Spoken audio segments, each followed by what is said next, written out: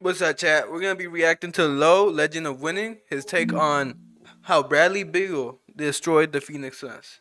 If you don't know about the Phoenix Suns situation, it's a sad one. It's a very sad one. Having Kevin Durant in his last couple of years kind of waste away in Phoenix in a negative record. So is Curry. Surprisingly, LeBron I think is doing the best right now. So let's hear his take. Maybe give my opinion. I'm a big Low Legend of Winning fan. I was a big Agent fan back in like 2K days. So he's just, you know, he won it in once. Halfway through the regular season, and it feels like we have finally found the worst situation in the NBA, and it's out in Phoenix. After a scorching hot start to the season of a record of 8-1, Yeah. the Suns now sit at a record of 16-18, Damn. which has Look them at my all the Spurs. way down Look at at the my 12th Spurs. seed in a very competitive Western Conference. Their offense, though is in top 10 standing, has been fairly underwhelming. Defensively, they've always been bad, but this year it somehow looks even worse. And the ongoing depth and bench production concerns that everyone kind of knew was going to be a problem when they added Bradley Beal to this team has just been way too much to manage. And all of Honestly, when the Bradley Beal trade even happened, I was already scared because Bradley Beal is a player that isn't really used to winning. He did get like a scoring title. He was a 30 points per game like type of player, but like Bradley Beal in the essence of his career isn't really used to winning. And I feel like what D Book and KD needed was really supporting pieces around them, just so they can really just maximize both of their abilities instead of trying to add a third person to like also try to maximize their ability, if that makes sense. Yeah. that is just the tip. It's Pause. just the tip Pause. of the iceberg because it somehow gets substantially worse. Now, why exactly do I say that? Because of course every team has issues. They can kind of bounce back, kind of fix their problems, but that's the problem with Phoenix is that they have problems, they have issues, they have concerns that unfortunately they can't fix. Now, why exactly do I say that? Well, let's first That's talk no about their trade offense clause. and what is It's going a to no be an trade ongoing clause. theme, and that is the Bradley Beal and Yusuf Nurkic issue. In theory, who the Phoenix Suns were supposed to be is that this is a team that, though they have flaws, though they have issues, They're it gonna doesn't really outscore matter you. because their big three is going to be so prominent that they can overcome them. But unfortunately, this deep into the season with a negative net rating, a losing record, and having stretches throughout the year where you cannot win a game, where you don't look competitive at all, completely shows signs of which I had D Book on the over on 3 3-pointers against some random ass team. I think it was like the Jazz or something. He ain't hit that. That's how I knew stuff was getting wicked. even though, yes, you have a big three, it doesn't really matter because it ain't producing at the levels in which you thought it was going to. Now, to be fair to Phoenix, injuries have played a major role into where we are right now. But also, before the season even began, we kind of already knew that KD, Bradley Beal, and a lot of other players on this team were going to miss time because of ongoing issues that they've been dealing with over the past 2 to 3 years in terms of their ability to just stay healthy and available. So we kind of knew that already. But yes, it is undeniably true. Kevin Durant missing a lot of time has played a major role to where we are right now. Bradley Beal also missing some time as well. And so even though, yes, you are supposed to believe that the big three that you have on your roster is going to contribute to a lot of wins, that can't happen if they're not available. But the bigger problem is that even when they're all healthy and available and playing, within these 14 games, they still have a negative net rating. They still lose those minutes when they're all playing. Yes, it's only 14. Yes, they probably could have won a little bit more games, but even I really feel for D Book though, because D Book has been with the Phoenix Suns his whole career. And the thing about D Book, he did go to the finals. All he had was Chris Paul. He also had Cam Johnson, Mikal Bridges, and he had better supporting cast. So I feel like as an organization, should have seen that, and then adding KD, you should have just left it at that. Like just add KD and try to keep as much as like, just try to like do the same concept. Cause I don't know if CP wasn't an All Star that year. I don't remember if he was, but like just build a good roster instead of trying to gain superstar players. Like I never even really consider Bradley Beal a superstar player. Like, anyways, but like yeah, even when they're on the floor with one another, bro, Bradley Beal, KD, and Devin Booker still are not a positive lineup. But what might be even more eye-opening is their offensive rating. I would have thought that the reason why they lost those minutes is because their defensive rating was just so bad that there's just no way they were going to be able to keep up with them. But it's their offense that is subpar. And you're trying No new year, new me.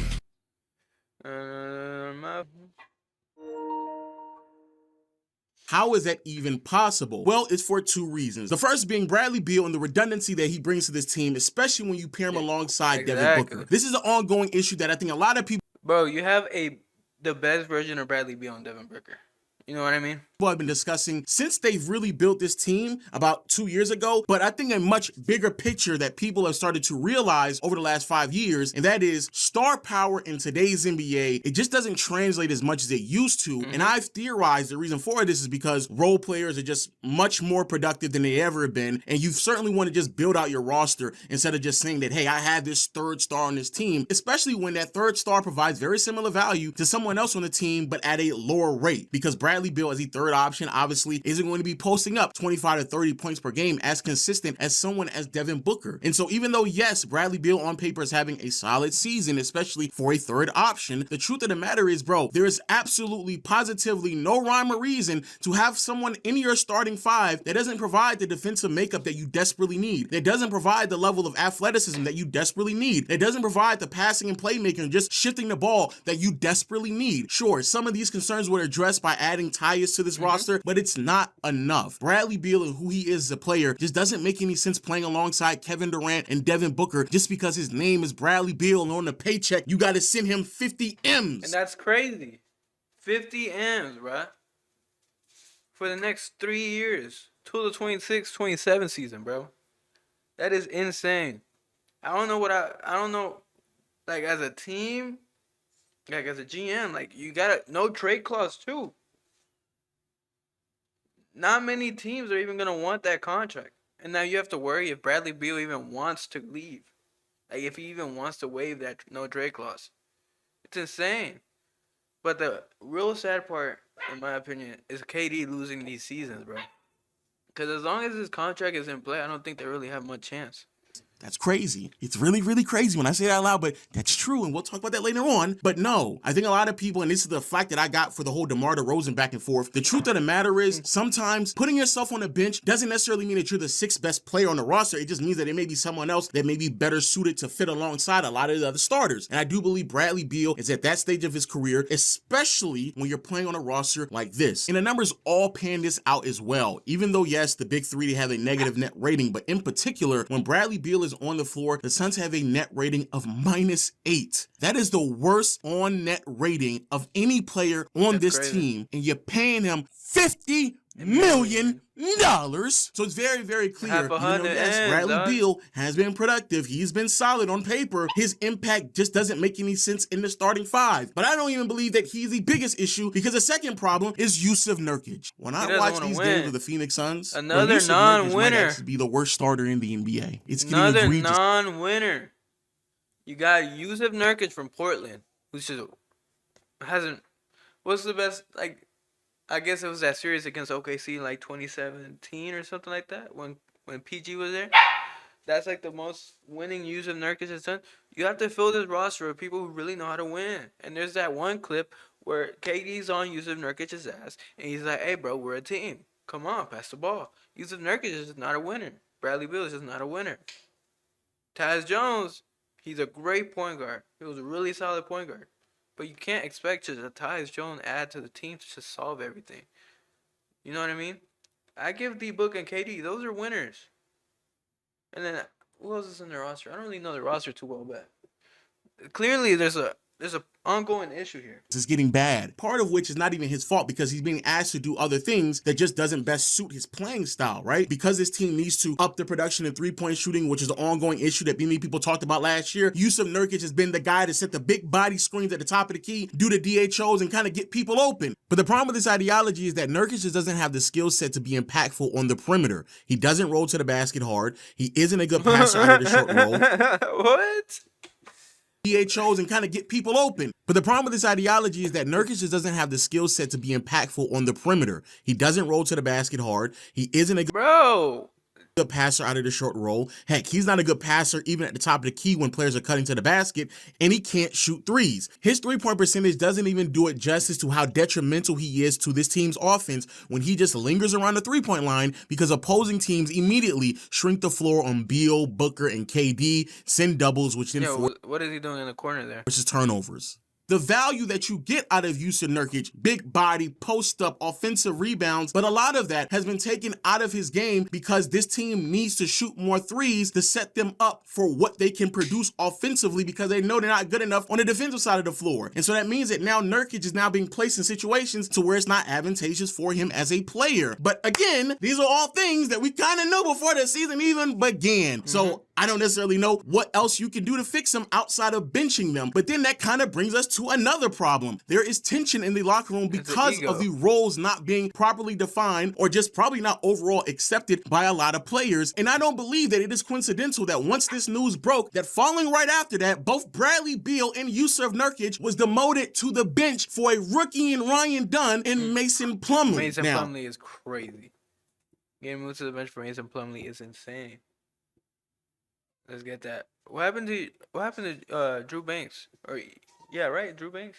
To be fair to Ryan Dunn, he's actually looked really, really good, and he provides a lot of the things that Bradley Beal just doesn't provide. Truth be told, still a really good three-point shooter, but his athleticism and his upside defensively certainly puts him in better standing for the starting five. And then when you look at the whole Plumlee situation, that's not really a solution. Let's just be honest with ourselves. That's not a solution at all. But Mason upside defensively certainly puts him in better standing for the starting five. And then when you look at the whole Plumlee situation, that's not really a solution. Let's just be honest with ourselves. That's not a solution at all. But it does kind of point to the fact of how bad Yusuf Nurkic is with his team. It's pretty egregious. If you lose your starting five position to Mason Plumlee. And I do believe there being rumblings about this direction that they're moving in before they actually committed to it would indeed heighten some of the tension in the locker room, especially when you compound all of these decisions with at Staples. Losing that we're seeing from this team so far this season, which then means that if there is tension in the locker room, especially from two players potentially, allegedly, that don't fit really well with the makeup of the team, then of course that means, hey, we can just move on from them and just trade them. But then that brings us to our next problem, and that no is trade clause. Beal is one of the worst contracts No in the trade NBA. Clause. Not only because of how much money he's getting No paid, trade if you didn't know, clause. $50 million. No trade top clause. 10, if I'm not mistaken, maybe even top 5 highest paid player in the NBA for a third Get your option. bag, though. Disgusting. Get But your to bag, add though. on top of that, if you ever wanted to trade him, not only is there a trade kicker, meaning that he will get even more money once he's actually moved, I didn't know but that's a also thing. he has a no trade clause, meaning that the team that he's on cannot trade him until he approves to be traded, and then allowing him to waive his no trade clause, and he kind of moves on to whatever team he wants to move to, effectively meaning that Bradley Beal has every right to control wherever he wants to go. So even if you are the Phoenix Suns, that doesn't mean that you can even trade him to a team where you believe you're going to receive the best return. You have to trade him to a team that he wants to go to. You got to convince him of that. And of course, the best way to convince him is by benching him, telling him, hey, we don't really need your service in the starting five. We can lessen your role even further to make you feel uncomfortable as possible for. But imagine telling that to a guy making 50 amps. Imagine you as you're a GM on a professional basketball team. Your goal is to win a championship. You have arguably a top 10 player all time on your team, and he's not even the highest paid guy, or is he? I don't know how much KD is making, honestly. But imagine telling a guy making 50 amps on that roster, hey brother, we need you on the bench. And I know you have a no trade clause, but that's just wasting money. You're like, You to be I don't even know why they incentivized made to this waive trade. your no trade clause. But even if you then waive it, we still have to find a situation that you want to be in. That's how screwed they are. But here's what makes it even worse. Because of the amount of money that they're paying Bradley Beal, Kevin Durant, and Devin Booker, it puts them over the second tax apron. For those who may not be aware, the salary cap this year That's is a only thing, $140 million. They're over the salary cap with just those 3 players alone. Then when you add in a Yusuf Nurkic, Jay Grayson Allen, all these other pieces, we're talking about a team Just blow that it is up. now over Trade $200 D-Book, bro. million Blow it up. with salary cap, meaning Trade that they D-Book. are not just over the second tax apron, Send they're D-Book to well San over it. Antonio. And because they're over the second tax apron, that means that there's rules, restrictions, You know we do limitations, got and them, so- regulations that come with I mean, any come type on. of transaction Denver that you South want to is make crazy. to making your team better, which makes the deal even more difficult to make. That's how difficult it is now for the Phoenix Suns to move Bradley Beal. It will take a miracle to get this done. Normally what you would Yo, I'm a Spurs fan. Let's trade Keldon Johnson. Let's trade Jeremy Sohan. Love those guys, by the way. Love them so much. On my heart. And let's give him Atlanta's like first round pick. Let's give him one of our first round picks. And let's get D Book. You think to yourself, well, even Let's though get it is D-Book. very difficult to do this, it'll be easier because you can sweeten the pot a little bit for another team if you're throwing a couple of draft picks, right? Yeah, you'll be right. The problem is Phoenix can't do that because they don't have any draft capital. Yeah. Zero, They don't. zilch, Yeah, nada until 2031. It's the Blow it up. You just blow it up. That's literally all you do. You're wasting time. I'm pretty sure all you do here is blow it up. Right? Like all you do is blow it up.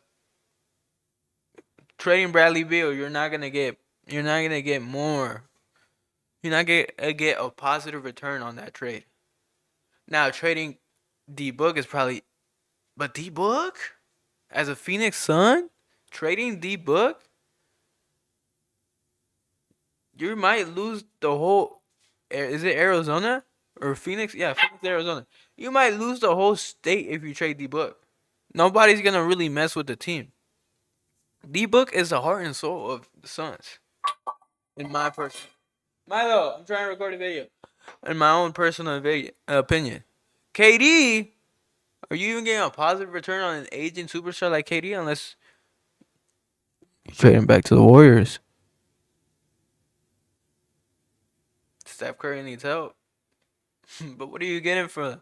You're not even getting a Jonathan Kuminga. You might get an Andrew Wiggins, a Pods. I don't even know how their draft capital is looking like nowadays, to be honest. It's a scary league we're in. Shout out Shea. And shout out Donovan Mitchell. Only two. reason why when everybody's running around Amazing saying, players. Jimmy, you want Jimmy? I got Jimmy. Oh Jimmy. my God. Yo, what is adding Jimmy Butler to that roster gonna do? And plus, you have to trade Bradley Beal, which honestly, you're moving on from 50 M's, but you're moving into a guy that wants equally as much money. He wants equally as much money, but Jimmy, let's make these Jimmy Butler trades. Whoa there, Buckaroo. What's going on out there in Sacramento was just the cherry on top. But what's going on in Phoenix, that's the main course. That's what we were all waiting for. Yeah. We were waiting for the dumpster fire that is the Phoenix Suns. That's what we were all that's waiting so sad. for the day that Kevin Durant does what he does best and ask out, demand a trade. Yeah. And that's what everyone is holding their assets for. It's not for Jimmy Butler. No. If I had to add a 30-plus-year-old star on my team, I'm not giving up KD. capital for Jimmy Butler. No. It's going to be for Kevin Durant because the Phoenix Suns are going nowhere fast. Actually, let me take that back. They're going somewhere, and it's going to be a rebuild. Hey, man, those are my thoughts. So Please quick. let me know yours in the comments. The Suns had a great window, bro. The Suns had a great window. Mikal Bridges, Cam Johnson, D Book. They had a great opportunity. An incredible opportunity, I would even say. But God almighty, that they like Bradley Beal just really. Well, I don't know what they was thinking, bruh. Cause getting KD is like, okay, we really doing something. KD and D Book. Shit. As an NBA fan, that shit sounds like amazing to me. KD, D Book, Bradley Beal.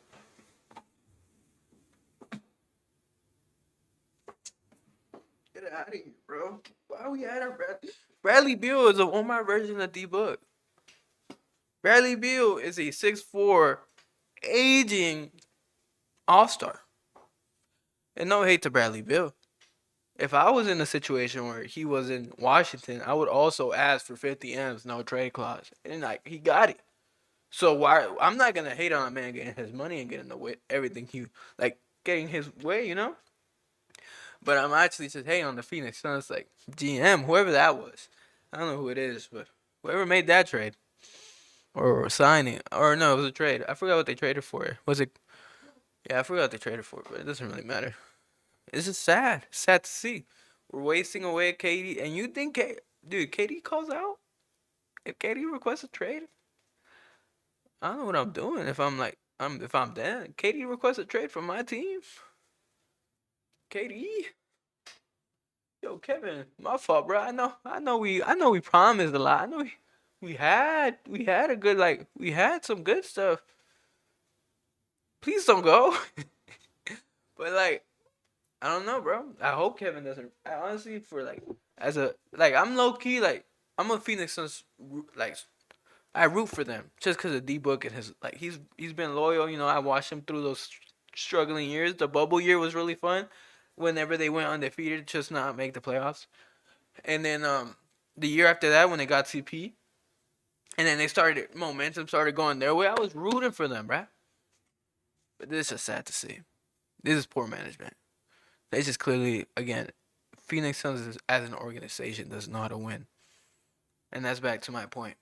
But anyways, man, shout out Low, the Low post, freaking, hey, link in the description, man. That was a great video. Appreciate this guy.